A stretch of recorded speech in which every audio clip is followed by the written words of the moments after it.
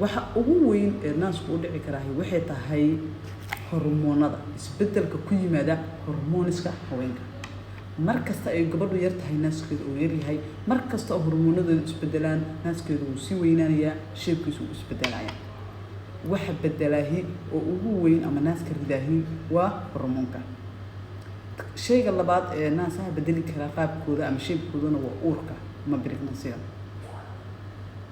nooca saddexaad ama shayga saddexaad